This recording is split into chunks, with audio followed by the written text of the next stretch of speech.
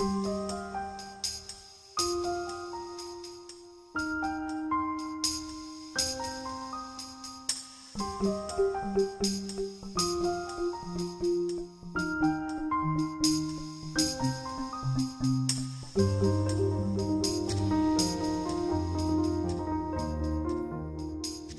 we have free will, or do we just have the appearance of free will? Free will is defined as the power of acting without the constraint of necessity or fate, the ability to act at one's own discretion. This is a right given to humanity by first source, by God, if you will, the grand creator of all that is and ever will be. Anything that takes away from this right is a form of theft. Some form of property is always being stolen when a wrongdoing is committed. Life is a form of property, your rights are a form of property, and freedom is a form of property as well. There is no such thing as the delegation of a wrong. If a specific action is not a right for any individual, then that action cannot be delegated, granted, or even licensed to any other individual or group and then magically called a right. The action forever remains a wrong under the law of free will. The natural law of free will always holds true regardless of a population's belief systems. This means that it does not matter how many people agree that a wrong can be turned into a right or that a right can be turned into a wrong. Those such things can never be done in reality. People can only believe that they can claim such reversals and that it will magically make it so.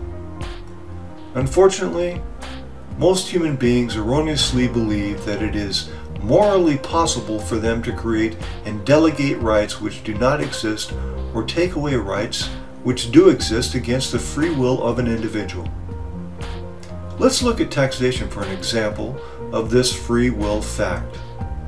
Taxation is the claim that a group of people who call themselves government have been given the right to confiscate an arbitrarily chosen percentage of the product of another individual's labor, whether or not the other agrees to share that product of their free will. Taxation is enforced by the threat of violence or imprisonment if those from whom the product is being seized attempt to resist the confiscation with their given right of free will. This practice is always justified by those who claim that such a practice is necessary and required to uphold the common good. If we define slavery as the involuntary confiscation of 100% of the product of the labor of another human being, we can clearly see that there is no magical percentage to which we could lower this number, other than 0% of course, that would no longer constitute slavery. If we are being honest with ourselves, taxation is merely the theft of one's free will to choose and is based in violence and in slavery. These are the practices upon which it is actually perpetrated.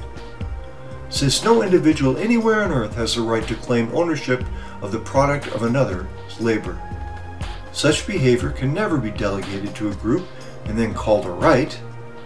Therefore, all forms of taxation are always wrong according to the definition of free will. It just goes against the natural laws of humanity. I mean, what if I told you that magically I am now your grocer? That you now have to buy a percentage of all your groceries from me, and if you don't, I will beat you and throw you in a cage.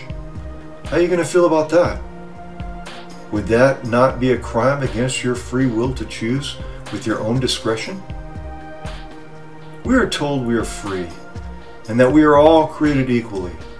And yet, we have a master over us that dictates what that free will is and just how equally we all are. Think about it and discover how the few rule over the many, rule over the many, rule over the many.